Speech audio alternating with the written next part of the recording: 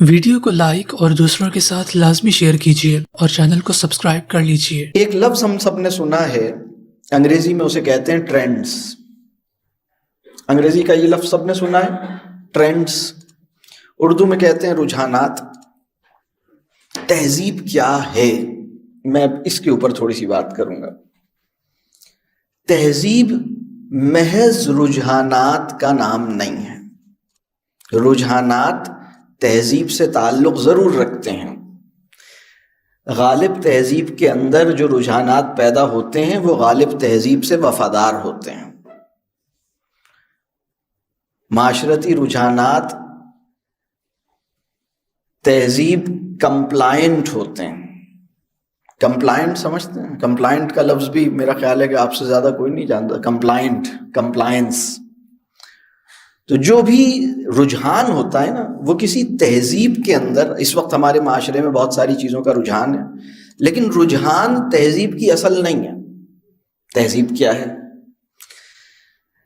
اور تہذیب جو ہے اس کی جڑ ہوتی ہیں اعتقادات۔ اس کے کچھ اعتقادات ہوتے ہیں، اور پھر اس تہذیب کی کچھ اقدار ہوتی ہیں۔ ٹھیک ہے؟ جب کوئی برائی تہذیب بن جائے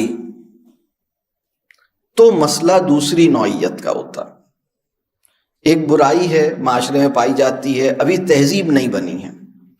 تہذیب نہیں بنی کا مطلب یہ ہے کہ اس کے کئی مطلب ہو سکتے ہیں۔ اس تہذیب، اس معاشرے میں، اس معاشرے کی اکثریت اس کو پسند نہیں کرتی۔ اس معاشرے کی اکثریت اعلانیہ اس عمل کی مذمت کرتی ہے۔ اس معاشرے کی اکثریت اس عمل کی حوصلہ افزائی نہیں کرتی۔ ٹھیک ہے؟ تو اس کا مطلب یہ ہے کہ تہذیب اس کا انکار کر رہی ہے، تہذیب اس کے ساتھ نہیں کھڑی۔ معاشرے میں کوئی عمل ایسا ہے جس کو تہذیب سراہتی ہے، ٹھیک ہے، یہ بالکل ایک دوسری نوعیت کا عمل ہے۔ اس وقت ایک بہت بڑا چیلنج یہ ہوا ہے کہ شر جو ہے اس کو ایک تہذیبی تحفظ حاصل ہے، اس کو ایک تہذیبی پشت پناہی حاصل ہے، اس کو ایک تہذیبی حوصلہ افزائی میسر ہے۔ ہم ایک ایسے عہد میں زندہ ہیں، اور شر اور گناہ جو ہے وہ انفرادی معاملے سے زیادہ ایک تہذیبی فضا کے اندر ہے۔ یعنی ہم انکار کی تہذیب میں سانس لے رہے ہیں،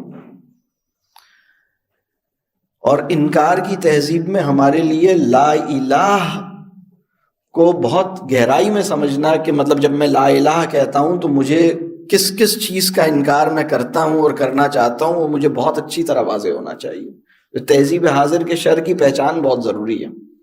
اب اسی کی بنیاد پہ کچھ رجحانات پیدا ہوتے ہیں، ٹرینڈز پیدا ہوتے ہیں، اور بہت سارے ٹرینڈز پیدا ہوتے ہیں۔ پھر تہذیب یہ دیکھیے کہ جدید مغربی تہذیب اپنے مقاصد کی تکمیل کے لیے، ایک جدید مغربی تہذیب صرف جغرافیائی مغرب تک محدود نہیں ہے، وہ پوری دنیا میں، مشرق میں بھی ہے، مغرب میں بھی ہے، وہ ہر جگہ پر پہنچی ہوئی ہے، اور یعنی وہ ایک تہذیبی فضا ہے، اور اس کی کچھ اقدار ہیں۔